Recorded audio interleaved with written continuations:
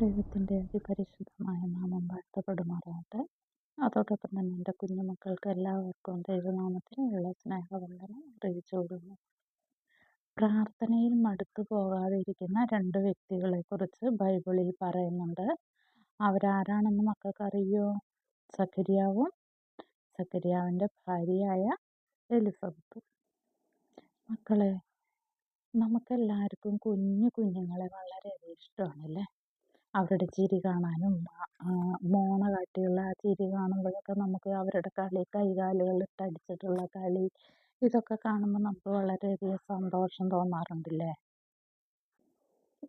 ഇതുപോലെ തന്നെ കുഞ്ഞുങ്ങളുടെ ചിരിയും കളിയും ഒക്കെ കാണാനും അവരെ കളിപ്പിക്കാനും ഒക്കെ ഒരുപാട് ഇഷ്ടപ്പെട്ടിരുന്ന രണ്ട് വ്യക്തികളാണ് ആര്? ഈ സഖരിയാവും എലിസബത്തും. എന്നാൽ അവരൊരുപാട് പ്രായമായിട്ടും അവർക്ക് മക്കളുണ്ടായിട്ടില്ല. അതിന് ശ്രമത്തിലൊക്കെയാണ് അവരവരുടെ ജീവിതം മുന്നോട്ട് കൊണ്ടുപോയത്. എങ്കിലും അവർ ദൈവത്തോടുള്ള ആ വിശ്വാസം ഒരിക്കലും കൈവിട്ടിട്ടുണ്ടായിരുന്നില്ല. ദൈവത്തോട് പ്രാർത്ഥിക്കുന്നതിൽ അവർക്ക് ഒരിക്കലും മടുപ്പ് തോന്നിയിട്ടുമില്ല. അങ്ങനെ ദൈവത്തോട് പ്രാർത്ഥിക്കുന്നതിൽ മടുപ്പ് തോന്നാതെ, നിരാശയില്ലാതെ, പരാതിയില്ലാതെ മുന്നോട്ട് പോയ രണ്ട് വ്യക്തികളാണ് ഈ പറയുന്ന സഖരിയാവും എലിസബത്തും. ഒരു പുരോഹിതനായിരുന്ന സഖരിയാവും അദ്ദേഹത്തിൻ്റെ ഭാര്യയും താമസിച്ചിരുന്നത് യഹൂദ നാട്ടിലായിരുന്നു. ഒരിക്കലും പ്രാർത്ഥനയിൽ മടുത്തു പോകാത്ത ഇവർ ദൈവസന്നിധിയിൽ നിഷ്കളങ്കരും യോഗ്യരുമായിട്ടാണ് ഓരോ കാലഘട്ടങ്ങളിലും ഓരോ ദിവസവും ജീവിച്ച് പോന്നിരുന്നത്. വളരെ പ്രായമായിട്ടും തങ്ങൾക്ക് കുഞ്ഞുങ്ങൾ ഉണ്ടായിട്ടില്ല എന്നുള്ള ഒരു കാരണം കൊണ്ട് അവരൊരു കാരണവശാലും ദൈവസന്നിധിയിൽ പ്രാർത്ഥന മുടക്കുകയോ ദൈവത്തോട് പരാതി പറയുകയോ അല്ലെങ്കിൽ അവർ നിരാശരായിട്ട് ഒതുങ്ങിക്കൂടി ജീവിക്കുക അങ്ങനെയൊന്നും ചെയ്യാതെ ദൈവസന്നിധിയിൽ അവർ ചെയ്യേണ്ട കാര്യങ്ങളൊക്കെ വളരെ കൃത്യമായിട്ട് തന്നെ ചെയ്ത് മുന്നോട്ട് പോയിക്കൊണ്ടേയിരുന്നു. അങ്ങനെ ഒരു ദിവസം പുരോഹിതനായിരുന്ന ഈ സഖരിയാവ് ദൈവാലയത്തിൽ പുരോഹിത ശുശ്രൂഷ ചെയ്തുകൊണ്ടിരിക്കുമ്പോൾ അദ്ദേഹത്തിന് ഒരു ദർശനമുണ്ടായി. ഒരു ദൈവദൂതൻ അല്ലെങ്കിൽ ഗബ്രിയേൽ സഖരിയാവിന് പ്രത്യക്ഷനായിട്ട് അദ്ദേഹത്തോട് പറയുകയാണ്, സഖരിയാവേ, നിന്റെ പ്രാർത്ഥന ദൈവം കേട്ടിരിക്കുന്നു, നിനക്ക് ഒരു കുഞ്ഞ് ജനിക്കാൻ പോകുന്നു എന്നൊക്കെ. ആര് പറഞ്ഞു? ഈ ദൈവദൂതൻ ആരോടാ പറഞ്ഞു? സഖരിയാവിനോട് പറഞ്ഞു. എന്നാൽ സഖരിയാവിന് ഈ ദൈവദൂതൻ പറഞ്ഞ വാക്കുകളെ വിശ്വസിക്കാനായിട്ട് കഴിഞ്ഞില്ല. അതിന് കാരണം എന്തായിരിക്കും നിങ്ങൾക്കറിയോ? സഖരിയാവിനും സഖരിയാവിൻ്റെ ഭാര്യയായ എലിസബത്തിനും വളരെയധികം പ്രായമായിരുന്നു. ഈ പ്രായമായ സമയത്ത് ഞങ്ങൾക്ക് എങ്ങനെ കുഞ്ഞുണ്ടാകുമെന്നുള്ള ചിന്ത കാരണം സഖരിയാവിന് ദൈവദൂതൻ്റെ വാക്കുകൾ വിശ്വസിക്കാനായിട്ട് കഴിഞ്ഞില്ല. ഇങ്ങനെ തനിക്കുണ്ടായ സംശയം അദ്ദേഹം എന്ത് ചെയ്തു? ഗബ്രിയേലിനോട് പറയുകയുണ്ടായി. ഇത് കേട്ട ഗബ്രിയേൽ സഖരിയാവിനോട് പറഞ്ഞു, എൻ്റെ വാക്കുകളെ നീ വിശ്വസിക്കായക കൊണ്ട് നീ ഈ കാര്യം സംഭവിക്കുന്നത് വരെയും എന്ത് ചെയ്യും? ഊമനായി പോകും, ഊമനായിട്ടിരിക്കും. അല്ലെങ്കിൽ ഊമൻ എന്ന് പറഞ്ഞാൽ എന്താണെന്ന് അറിയാമോ? ഊമൻ എന്ന് പറയുമ്പോൾ മിണ്ടാൻ പറ്റാത്തവനാവുക എന്നാണ് അർത്ഥം. അപ്പോൾ മിണ്ടാൻ പറ്റാത്തവനായിട്ട് തീരും എന്ന് ഈ ദൈവദൂതൻ സഖരിയാവിനോട് പറഞ്ഞു. അങ്ങനെ തന്നെ സഖരിയാവ് ദൂതൻ പറഞ്ഞതുപോലെ ഊമനായി തീർന്നു. ഈ സമയത്ത് തന്നെ ദൈവാലയത്തെ ശുശ്രൂഷിച്ചു കൊണ്ടിരിക്കുന്ന സഖരിയാവിനെയും കാത്ത് പുറത്ത് ഒരു കൂട്ടം ജനങ്ങൾ നിൽപ്പുണ്ടായിരുന്നു. അങ്ങനെ പുറത്തേക്ക് വന്ന സഖരിയാവ് ഊമനായിട്ട് തിരിച്ചു വരുന്നത് കണ്ടപ്പോൾ ഈ ജനമൊക്കെയും വളരെയധികം ആശ്ചര്യപ്പെട്ടു. ദൈവദൂതൻ പറഞ്ഞതുപോലെ തന്നെ സഖരിയാവിൻ്റെ ഭാര്യ എലിസബത്ത് ഗർഭം ധരിച്ചു.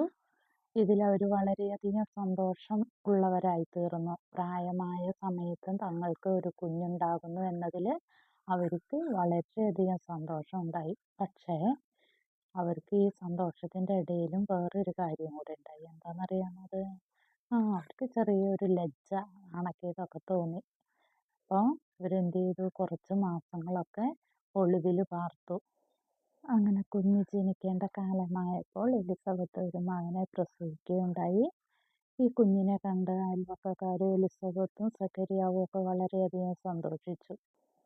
കുഞ്ഞുണ്ടായി കഴിഞ്ഞാൽ പിന്നെ ഓരോ വ്യക്തികളെ അടുത്ത ചിന്ത എന്തായിരിക്കും? ആ, കുഞ്ഞിന് നല്ല ഒരു പേരിടണം അല്ലേ? അങ്ങനെ ഇവരുടെ മനസ്സിൽ അങ്ങനെ ഒരു ആഗ്രഹം വന്നു, കുഞ്ഞിന് പേരിടണമെന്ന്. എന്നാൽ യഹൂദന്മാരുടെ ആചാരപ്രകാരം 8ാമത്തെ ദിവസമാണ് കുഞ്ഞിന് പേരിടേണ്ടത്. അങ്ങനെ 8ാമത്തെ ദിവസമായപ്പോൾ കുഞ്ഞിന് പേരിടൽ ചടങ്ങിനായി എല്ലാവരും ഒന്നിച്ചുകൂടി. ആ സമയത്ത് കുഞ്ഞിൻ്റെ പേര് അപ്പൻ്റെ പേരിന് ചേർന്ന വിധത്തിൽ സഖരിയാവ് എന്ന് തന്നെ പേരിടാൻ വേണ്ടിയിട്ട് അവരെല്ലാവരും കൂടി തീരുമാനമെടുക്കുകയാണ്. ആ സമയത്ത് കുഞ്ഞിൻ്റെ അമ്മയായ എലിസബത്ത് പറഞ്ഞു, കുഞ്ഞിന് പേരിടുന്നത് സഖരിയാവ് എന്നിടാൻ പാടില്ല, അവൻ്റെ പേര് യോഹന്നാൻ എന്ന് ഇട്ടാൽ മതി എന്നുള്ള രീതിയിൽ ഈ കുഞ്ഞിൻ്റെ അമ്മ പറയുകയുണ്ടായി. എന്നാൽ ഈ പേര് അവരുടെ കുടുംബത്തിൽ ആർക്കും ഇല്ല. ഇതൊരു പുതിയ പേരായത് കൊണ്ട് തന്നെ അവർ പറഞ്ഞു, അങ്ങനെയാണെങ്കിൽ അതെങ്ങനെയാണ് പേരിടാൻ പറ്റുക? ഒരു കാര്യം ചെയ്യാം, നമുക്ക് കുഞ്ഞിൻ്റെ അപ്പനോടും കൂടെ അഭിപ്രായം ചോദിക്കാമെന്ന് പറഞ്ഞു. പക്ഷെ അഭിപ്രായം ചോദിക്കുമ്പോൾ കുഞ്ഞിൻ്റെ പേര് യോഹന്നാൻ എന്ന പേരിടണമെന്ന് പറയാനോ അല്ലെങ്കിൽ മറ്റൊരു പേര് പറയാനോ ഈ സക്കറിയാവിന് മിണ്ടാൻ പറ്റുമോ? മിണ്ടാൻ പറ്റില്ല. അപ്പോൾ പിന്നെ എന്ത് ചെയ്യും? അതിന് ഏക മാർഗം എഴുതി കാണിക്കുക എന്നുള്ള അന്നത്തെ രീതി അനുസരിച്ച് എഴുത്തുപലക വാങ്ങി സക്കറിയാവ് കുഞ്ഞിൻ്റെ പേരെഴുതി ഇവൻ്റെ പേര് യോഹന്നാൻ എന്ന് ഉള്ള രീതിയിൽ ആ എഴുത്തുപലകയിൽ സക്കറിയാവ് എഴുതി കാണിച്ചു. ആ സമയത്ത് അവിടെ ഒരു വലിയ അത്ഭുതം കൂടെ നടന്നു. എന്താണ്? അന്ന് ദൈവദൂതൻ സക്കറിയാവിനോടൊരു കാര്യം പറഞ്ഞിട്ടുണ്ടായിരുന്നു, ഈ കുഞ്ഞ് ജനിക്കുന്നത് വരെയും നീ എന്താവും? ഊമനായി തീരുന്നില്ലേ? അങ്ങനെ ഈ കുഞ്ഞിൻ്റെ പേര് ഇദ്ദേഹം യോഹന്നാൻ എന്ന് എഴുതിയ സമയത്ത് സക്കറിയാവിൻ്റെ സംസാരശേഷി തിരിച്ചു വന്നു. അദ്ദേഹം സംസാരിക്കാൻ തുടങ്ങി. ഇത് കണ്ട ജനം എല്ലാവരും വളരെയധികം ആശ്ചര്യപ്പെട്ടിട്ട് പറയുകയാണ്, ഈ ശിശു വളർന്ന് എന്തായി തീരും, ആരാണ് ഈ കുഞ്ഞ് എന്നൊക്കെയുള്ള രീതിയിൽ പരസ്പരം അങ്ങോട്ടും ഇങ്ങോട്ടും ഇവർ സംസാരിക്കുവാനായിട്ട് തുടങ്ങി. അങ്ങനെ ഈ കുഞ്ഞ് വളർന്ന് വലുതായിട്ട് യേശുക്രിസ്തുവിന് മുമ്പായി മരുഭൂമിയിൽ എല്ലായിടത്തും നടന്ന് എന്ത് ചെയ്തെന്നറിയോ? യേശുക്രിസ്തുവിൻ്റെ മാനസാന്തര സ്നാനത്തെപ്പറ്റി പ്രസംഗിച്ചു തുടങ്ങി. അന്ന് ഈ കുഞ്ഞ് ജനിച്ചപ്പോൾ ജനമെല്ലാം ആശ്ചര്യപ്പെട്ടതുപോലെ ഈ കുഞ്ഞ് ആരായിത്തീരും എന്നൊക്കെ അവരെല്ലാവരും ആശ്ചര്യപ്പെട്ടതുപോലെ തന്നെ ഈ കുഞ്ഞ് വളർന്ന് വലുതായി ആരായി തീർന്നു? ദൈവത്തിന് പ്രയോജനമുള്ളവനായി തീർന്നു. ദൈവസന്നിധിയിൽ ദൈവത്തിന് വേണ്ടിയിട്ട് നിൽക്കുന്നവനായി തീർന്നു.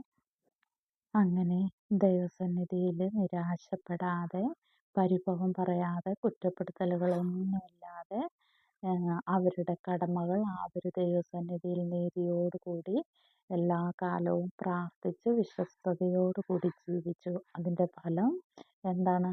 ദൈവം അവരെ അനുഗ്രഹിച്ചു. പ്രായമായപ്പോഴും ദൈവം അവരെ അനുഗ്രഹിച്ച് ആ സാധ്യമല്ല എന്ന് തോന്നിയ ഒരു സമയത്തും ദൈവം അവർക്കൊരു കുഞ്ഞിനെ കൊടുത്തു.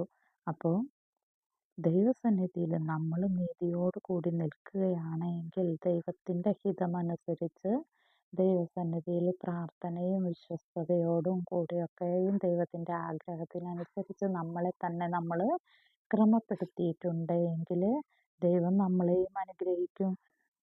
ഈ യോഹന്നാനെ പറ്റി കർത്താവ് എന്താ പറഞ്ഞിരിക്കുന്നതെന്ന് മക്കൾക്കറിയാമോ?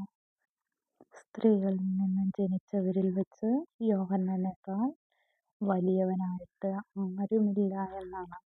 പ്രാർത്ഥനയോടും വിശ്വസ്തയോടും കൂടി നിൽക്കുന്നതിൻ്റെ ഫലം എത്രയോ അത്ഭുതകരമാണെന്ന് നോക്കിയേ മക്കളെ. അപ്പോൾ നമ്മുടെയും ജീവിതം എങ്ങനെയായിരിക്കണം? നമ്മൾ പ്രാർത്ഥനയിലും അനുസരണയിലും ദൈവസന്നിധിയിൽ താണിരിക്കുന്നവരായിരിക്കണം. കുഞ്ഞു നാൾ തുടങ്ങി ദൈവസന്നിധിയിൽ നമ്മൾ അങ്ങനെ ആയിരിക്കാൻ വേണ്ടിയിട്ട് ദൈവസന്നിധിയിൽ വിശ്വസ്തയോടുകൂടി വളർന്നു വരുവാനായിട്ട് ദൈവം നമ്മളെ ഓരോരുത്തരെയും അനുഗ്രഹിക്കട്ടെ. അതിനു വേണ്ടിയിട്ട് നമുക്ക് പ്രാർത്ഥനയോടെ ഇരിക്കാം. ദൈവനാമം മഹത്വപ്പെടുമാറാകട്ടെ. ആമേൻ. ഈ വീഡിയോ കുഞ്ഞുങ്ങൾക്ക് അനുഗ്രഹമാകുന്നു എന്ന് തോന്നുകയാണെങ്കിൽ ലൈക്ക് ചെയ്യാനും സബ്സ്ക്രൈബ് ചെയ്യാനും മറക്കരുത്. ഷെയർ ചെയ്യണം, കമൻ്റ് ഇടണം. എല്ലാവരെയും ദൈവം അനുഗ്രഹിക്കുമാറാകട്ടെ. ആമേൻ.